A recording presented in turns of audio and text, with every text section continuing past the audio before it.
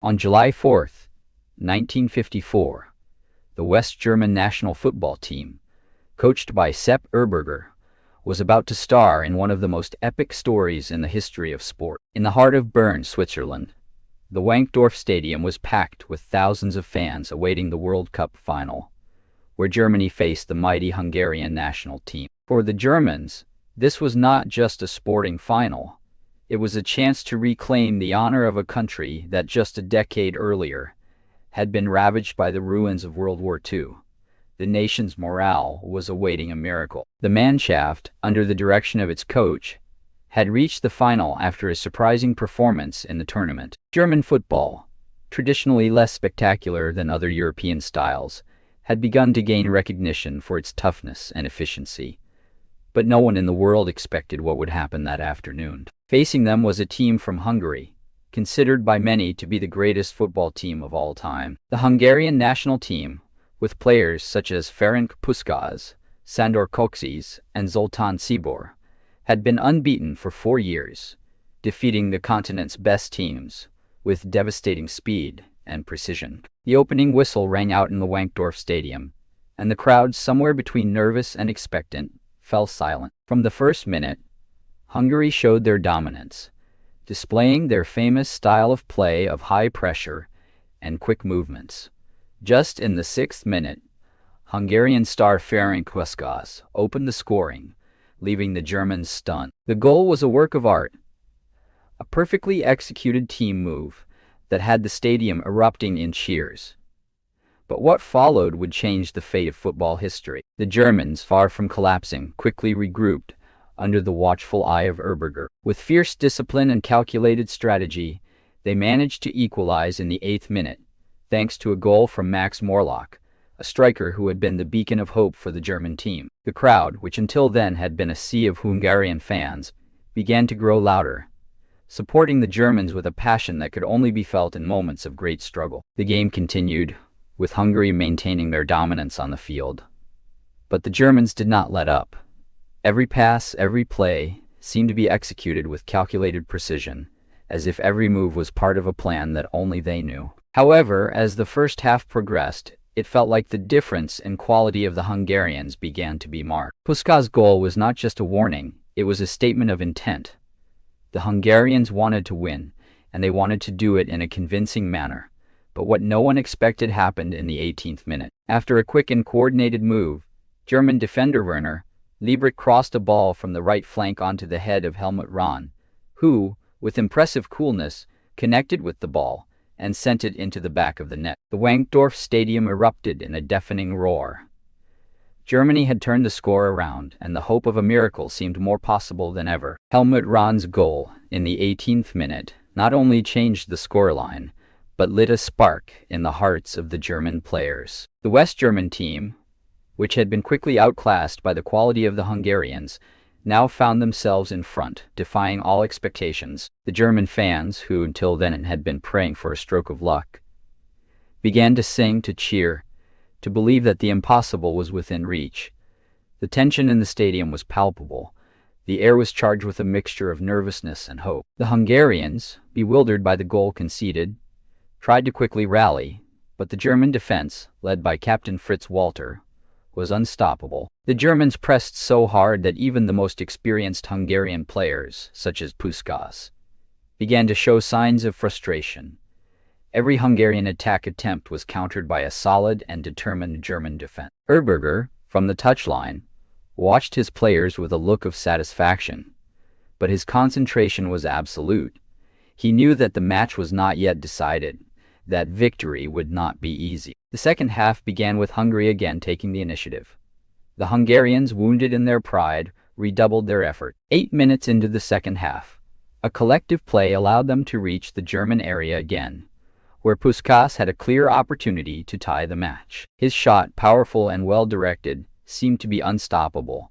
But in a heroic act, the German goalkeeper Toni Turek stretched his body to the maximum, and with a miraculous stretch, deflected the ball. The Germans, who had feared the worst after Puskás's goal, now felt that fate was beginning to smile upon them. And as if it were a sign that a miracle was about to happen, the Germans began to do their job with renewed confidence. The tension was mounting as the match progressed. The action was going back and forth, with both teams fighting tooth and nail. Hungary, however, was beginning to show signs of exhaustion, both physically and psychologically. Germany, on the other hand, seemed to be reaching its peak. In the 18th minute of the second half, a brilliant move by Rahn, who got rid of a Hungarian defender with a masterful dribble, allowed him to face Hungarian goalkeeper Gyula Grosics. With the coolness of a veteran, Rahn fired at goal, and the ball, as if guided by the hand of a god, crossed the goal line. Goal. The stadium exploded in a deafening roar, and the German players hugged each other as if they couldn't believe what they had just done. Germany was winning 3-2, and the miracle of Berne was becoming a reality. But the match was not over yet. Although the score was in their favor, the Germans knew they could not relax. Hungary, a team full of talent and determination, would not give up so easily. However, every second that passed brought them closer to glory. With only 15 minutes left on the clock, the match reached a suffocating intensity. The Hungarians, now completely on the verge of collapse, began to launch desperate attacks, with Puskás and Kocsis leading the charge. Every play, every pass, seemed to be the last chance for the Magyars, who knew that if they did not get a goal soon, their dreams of glory would fade away. Hungarian coach Gustav Sabis shouted from the touchline, urging his players on to a last-ditch effort.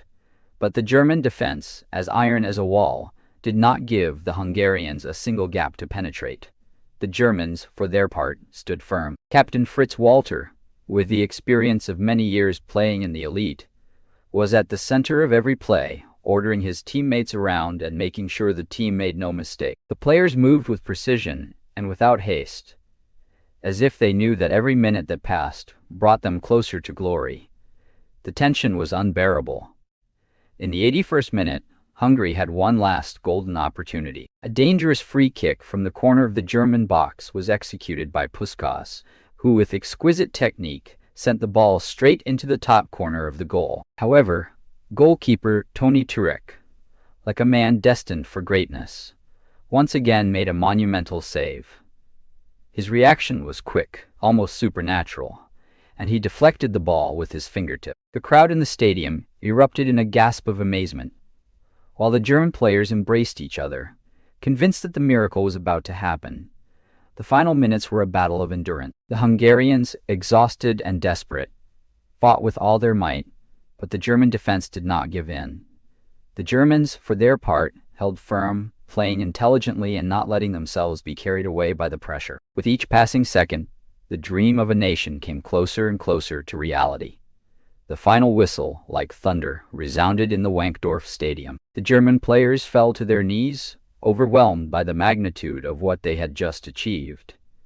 The final score, 3-2, went down in football history as one of the most improbable victories, one that no one expected and yet happened. West Germany had won the 1954 World Cup, and with it, had won not only a trophy, but the respect and love of a nation that had risen from the ashes of war. The German fans, in an outburst of joy, invaded the field, hugging the players, celebrating every second of this victory that seemed like something out of a dream. Germany's victory was not only a sporting achievement, it was a vindication of the nation, a demonstration that, despite tragedies, the human spirit can overcome any obstacle. The miracle of Berne, as it would become known, would go down in history as one of the most epic football stories of all time. The German players, still in a state of disbelief, slowly rose from the pitch as the roar of the crowd continued to echo in their ears.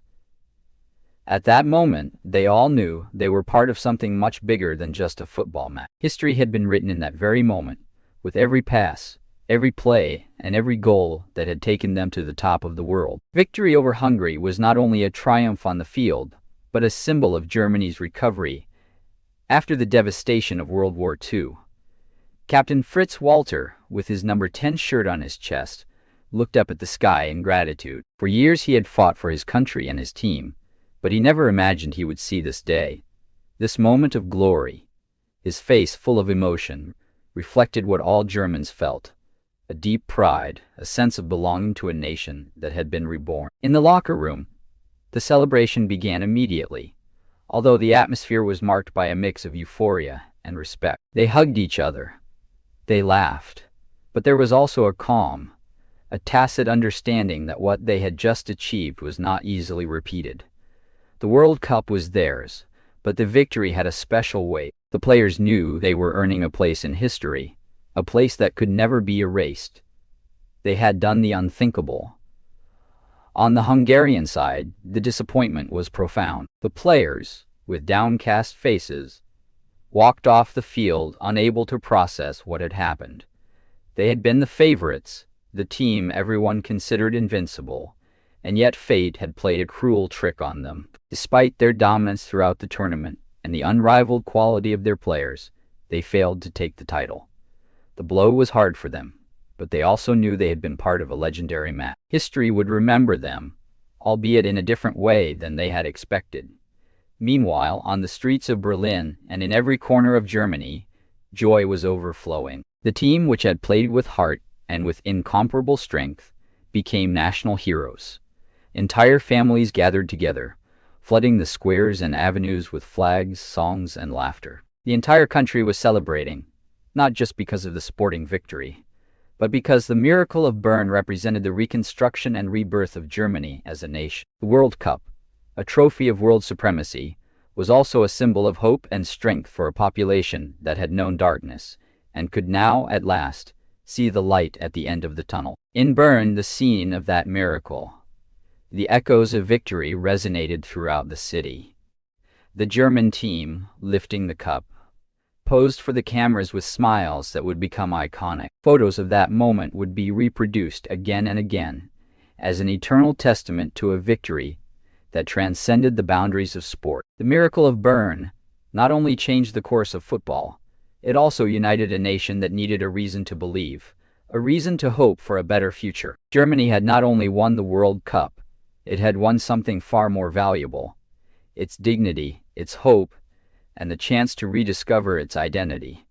As the days passed, the echo of the miracle of Berne spread far beyond Germany's borders. The victory over Hungary became a legend, an epic story that later generations would tell again and again. The players of the German national team, who at that time were nothing more than ordinary men with a dream, became mythical figures. The 1954 World Cup had given them a place in the hearts of all Germans, but also in the history of world football.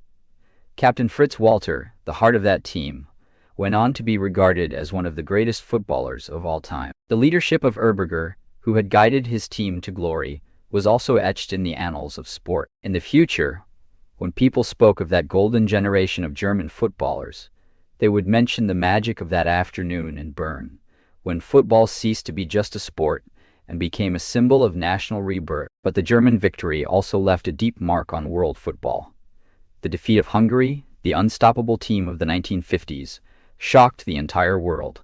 It was thought that no one could beat the Magyars, who were the kings of football. But that afternoon, the Germans showed that football is not just a matter of individual talent, but also of heart, sacrifice, and teamwork. That triumph was not only the result of a strong lineup, but of a nation that stood up united and believed in the impossible. The 1954 World Cup went down in history as a milestone in football. But beyond the trophies and the goals, it was the story of a people that rose from the ashes, of a Germany that looked at itself and discovered its strength. In that tournament, there were not only sporting victories, but a profound transformation in the spirit of a nation. The miracle of Berne did not just go down in the history books. It was passed down from generation to generation. At each subsequent World Cup, fans remembered that afternoon, that match, that miracle, as a beacon lighting the way for all nations that wanted more. And every time Germany rose to play in a new World Cup, the legacy of 1954 lived on as a reminder of what determination and courage can achieve, even when the whole world is against it. That World Cup was much more than a victory. It was the first step in a long tradition of success for German football. And so, the miracle of Berne became a myth that would never die, an eternal symbol of the magic of football and the greatness of a country that knew how to be reborn.